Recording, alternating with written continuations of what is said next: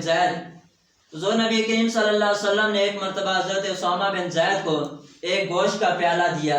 یہ حضرت عثمان غنی رضی اللہ تعالیٰ عنہ کے گھر میں دیا. اسامہ بن زید رضی اللہ تعالیٰ عنہ وہ پیالہ لے کر جب حضرت عثمان غنی رضی اللہ تعالیٰ عنہ کی بارگاہ میں پہنچے، وہ پیالہ گوشت کا پیش کیا. حضرت اسامہ بن زید رضی اللہ تعالیٰ عنہ کبھی حضرت رقیہ رضی اللہ تعالیٰ عنہ کے چہرے کو طرف دیکھتے ہیں، کبھی حضرت عثمان غنی رضی اللہ تعالیٰ عنہ کے چہرے کے اوپر دیکھتے ہیں. جب واپس آئے حضور کی بارگاہ میں، حضور صلی اللہ علیہ وسلم نے پوچھا کہ اسامہ بن زید آپ اندر گئے تھے؟ عرض کرنے لگے یا رسول اللہ صلی اللہ علیہ وسلم میں اندر گیا تھا یہ پیش کرنے کے لیے. دوستان دی وقار حضور صلی اللہ علیہ وسلم نے پوچھا کہ حضرت رقیہ رضی اللہ تعالیٰ عنہ اور حضرت عثمان غنی رضی اللہ تعالیٰ عنہ ایسے میاں بیوی آپ نے کبھی اپنی زندگی میں دیکھے ہیں؟ تو حضرت اسامہ بن زید عرض کرنے لگے یا رسول اللہ صلی اللہ علیہ وسلم مجھے رب کعبہ کی قسم ہے کہ آج دن تک میں نے ایسے میاں بیوی یعنی ایسے میاں بیوی شرمیلا میاں بیوی کو کبھی اپنی زندگی میں نے نہیں دیکھا ہے. فرمایا کہ میں نے جب اندر گیا گوشت کا پیالہ پیش کرنے کے لیے، میں نے دونوں کے چہرے کی طرف دیکھا. اب یہاں پر یہ بات ہو رہی ہے کہ ہر کا مزاج اپنا اپنا ہوتا ہے کہ جب وہ پیش کرنے کے لیے اندر گئے تو کیا دیکھا کہ حضرت عثمان غنی رضی اللہ تعالیٰ عنہ کی نگاہ بھی جھکی ہوئی ہے، حضرت رقیہ رضی اللہ تعالیٰ عنہ آپ کی نگاہ بھی جھکی ہوئی ہے. دوستان دی وقار سے پتہ چلتا ہے کہ حضرت عثمان غنی رضی اللہ تعالیٰ عنہ آپ اگر میدان میں بھی ہو تو آپ کا وہی حال تھا کہ آپ شرمیلگی زندگی آپ نے گزاری ہے. کبھی آپ نے کسی غیر محرم کو نظر اٹھا کے نہیں دیکھا ہے. آپ جب جس راستے پہ چلتے ہیں اس راستے میں بھی کبھی آپ نے اوپر ہو کے سامنے کسی کو نہیں دیکھا کہ سامنے کیا چیز ہے، نیچے دیکھ کے چلتے ہیں، اپنی نگاہوں کی حفاظت کی ہے. دوستان دی وقار اسی وجہ سے تو آپ کو بہت بڑا بلند و مرتبہ عطا کیا ہے اللہ تبارک و تعالیٰ نے. اور ایک اور روایات میں آتا ہے کہ جیش الاسرت ایک اس کا نام ہے، غزوہ کا نام ہے، جس کا دوسرا نام ہے غزوہ تبوک. ایک مرتبہ حضور نبی کریم صلی اللہ علیہ وسلم نے یہ اعلان کیا، اور یہ غزوہ اس وقت ہوا کہ جب مسلمانوں کے پاس اتنا مال نہیں تھا، اتنی دولت نہیں تھی، اور دھوپ اتنی سخت تھی، تو اس وقت یہ آپ کو جنگ کرنی پڑی، تو اس کے لیے آپ کے پاس مال بھی اتنا نہیں تھا.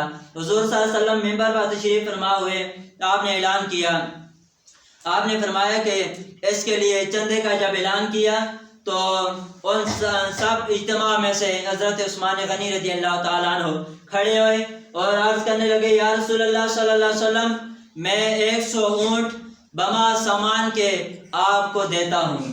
آپ پھر تشریف فرما ہو چکے. اب جب بیٹھ گئے تو پھر حضور صلی اللہ علیہ وسلم نے دوسرا اعلان کیا، اسی جنگ کے حوالے سے، چندے کے حوالے سے اعلان کیا. تو پھر حضرت عثمان غنی رضی اللہ تعالیٰ عنہ خود کھڑے ہوئے.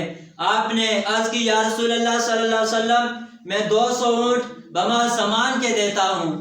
اب تیسری مرتبہ جب حضور صلی اللہ علیہ وسلم نے اعلان کیا کہ جنگ کے لیے چندے کا اعلان کیا، تو حضور صلی اللہ علیہ وسلم کے صحابی حضرت عثمان غنی رضی اللہ تعالیٰ عنہ کھڑے ہو گئے، عرض کرنے لگے یا رسول اللہ صلی اللہ علیہ وسلم میں 300 اونٹ بما سامان کے دیتا ہوں. آپ اس حدیث مبارکہ کو غور سے سماعت کیجئے.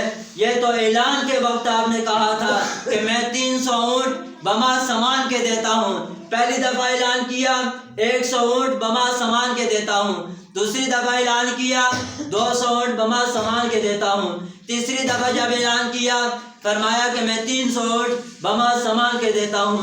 دوستان اسی وقار یہ تو اس وقت اعلان کے وقت ہوا.